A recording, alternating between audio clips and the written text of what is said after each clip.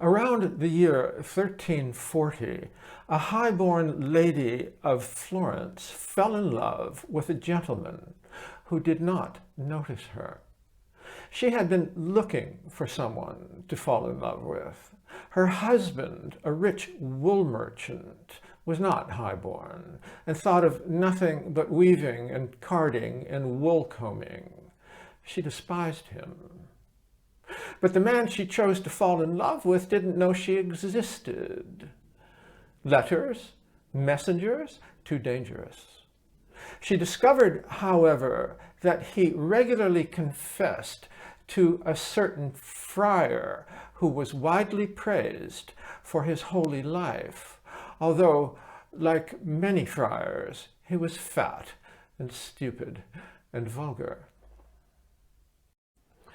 She went to the church where he lived and asked if she could confess to him. Friars live on donations, and she was clearly a gentlewoman, so he agreed immediately. After she had unburdened her heart, she confessed also that she had a problem. Her husband, a very rich man, indulged her every whim. She loved him more than she loved herself and would never do anything to hurt or dishonor him. But a man whose name I don't know, she said, but who seems to be a friend of yours, has been stalking me. If I go to the window, he's there. If I go to the door, he's there. If I leave the house, he follows me.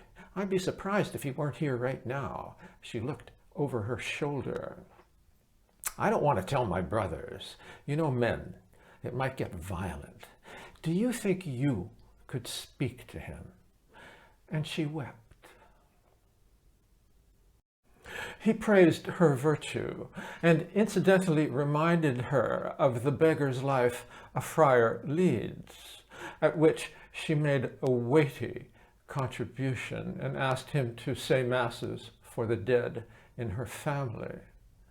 And the next time the gentleman came to see him, the friar introduced into the conversation very politely the problem the lady was having. The gentleman paused. What? Don't try to deny it. She told me herself, and she is not interested. This doesn't look well on you. You'd better leave her alone. The gentleman thought for a moment. All right. And when he left, he went straight to the lady's house and saw her standing at a window.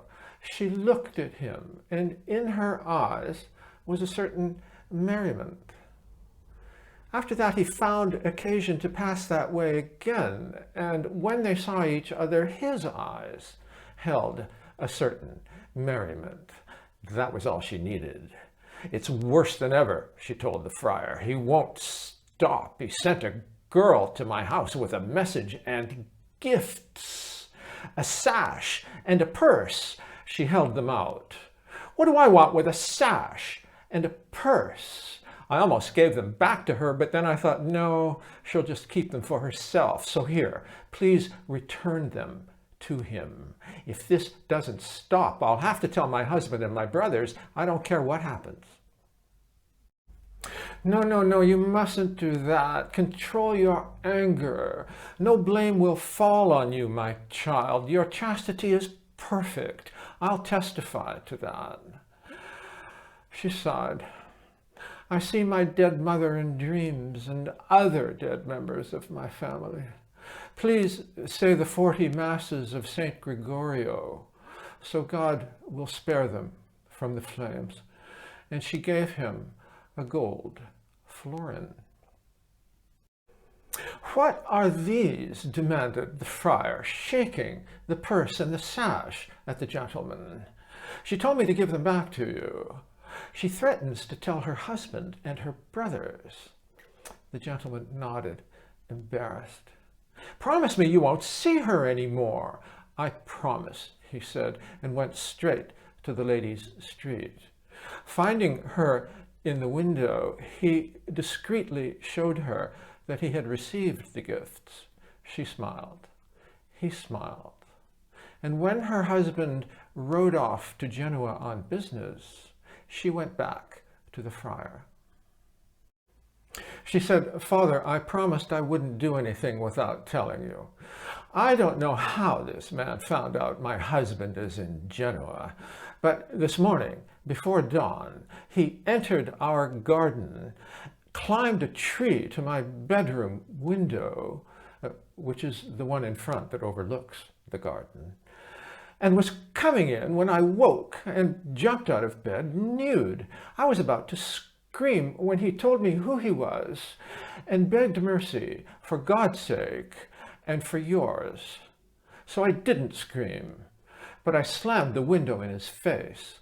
Because of you, I've suffered along with this, but now I have to do something." The friar was very angry. He said, "Give me one more chance. I'll deal with him." "Well," she said, "I won't come back again. I'll act on my own." "Don't worry." She stormed off, and very soon the gentleman appeared at the church. The friar took him aside and shouted at him, heaped abuse on him, called him names. The gentleman listened patiently. "What's wrong?" This drew forth more insults and a description of what the gentleman had done that morning. "You're right," said the gentleman. "Your anger, your harsh words, your sanctity, they guide me to heaven." And that night he was up the tree, through the window, and in heaven. And so were they both, for many a night, thanks to the stupid friar.